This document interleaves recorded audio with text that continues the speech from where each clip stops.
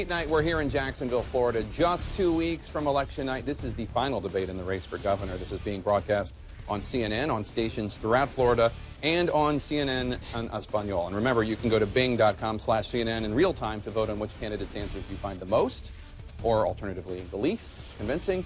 Let's get back to the debate. Governor Crist, you wanted to weigh in on the question I asked Governor Scott on whether or not African Americans, specifically young African American males, get a fair shake from the criminal justice system. I'll give you 30 seconds. I don't believe they do. And I think it's sad. I think it's very important that everybody is treated equally and gets the justice they deserve.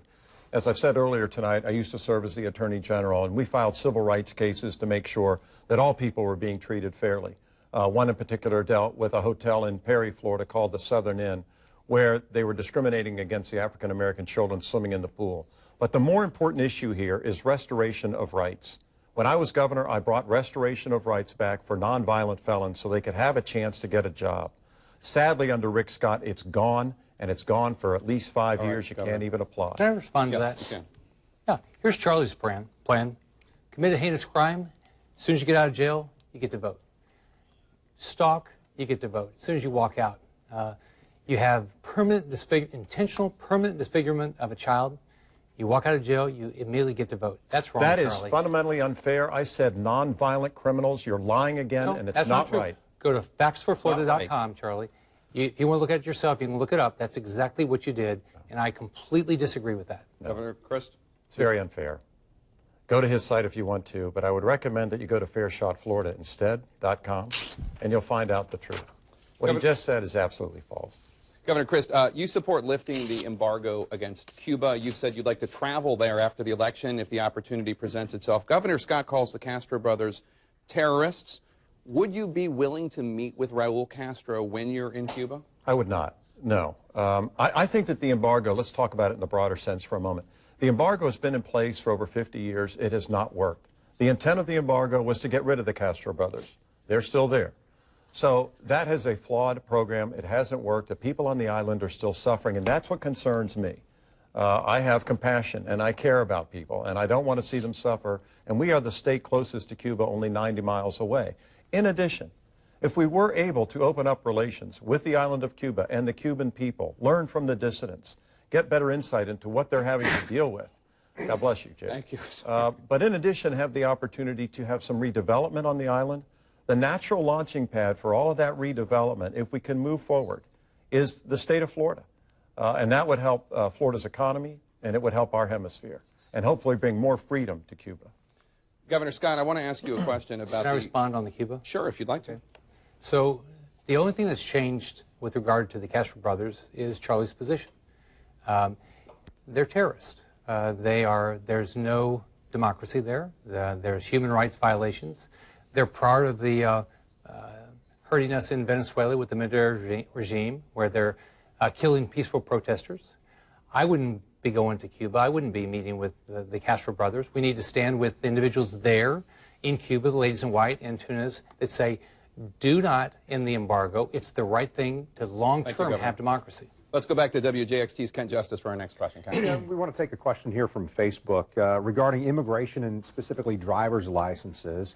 Governor Crist, I'm going to start with you. Carla Deonda from North Miami Beach, Florida asks, do you support giving driver's licenses, regardless of legal status, not just the dreamers? Governor Crist? I think we need to have it for all of them. I think it's important. You got to understand, I'm the grandson of a Greek immigrant. My grandfather, Adam Christodoulos, came to this country when he was 14 years old and he didn't have any money. But he had a dream of coming to a place called America, a dream that would give him a chance. He fought in World War I, he was honorably discharged, and he gained his citizenship. And he was able to get a driver's license.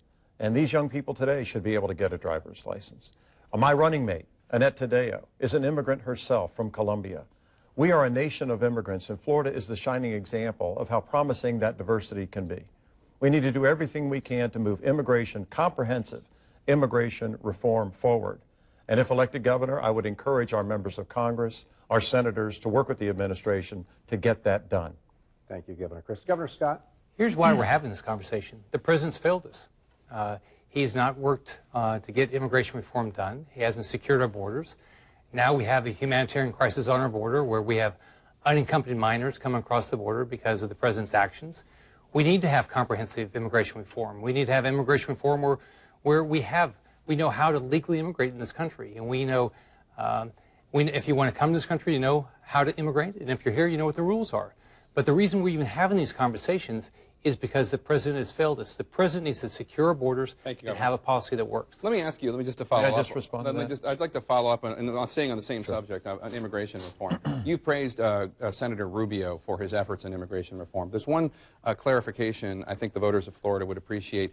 Do you support the part of Senator Rubio's bill that would provide a path to citizenship for the undocumented immigrants in this country, specifically that part? Sure. What I said is I appreciate what Senator Rubio tried. I appreciate the fact that he pushed to try to get comprehensive immigration reform done. But I don't think you can talk about this in pieces. You have to take the whole package. And the president's failed us. He hasn't done it. He hasn't worked with Congress. He hasn't secured our borders. And by not securing our borders, it makes it very difficult to get anything done, because Americans the first thing they want is, with regard to immigration, they want secure borders. Then they want to have a comprehensive policy out of the president, and he won't do it. But do you support the path to citizenship part of the bill? Here's what I said, is I support the process, but I want a comprehensive package done. But do you support that if it's part of a comprehensive package? I'd have to see the whole thing. You'd have to see the legislation. Governor Crist? Yes, I support it. And I think what's happened is, it's not that the administration hasn't tried to move forward on this issue. You know, there's a lot of components to government. There's 3 branches, as a matter of fact.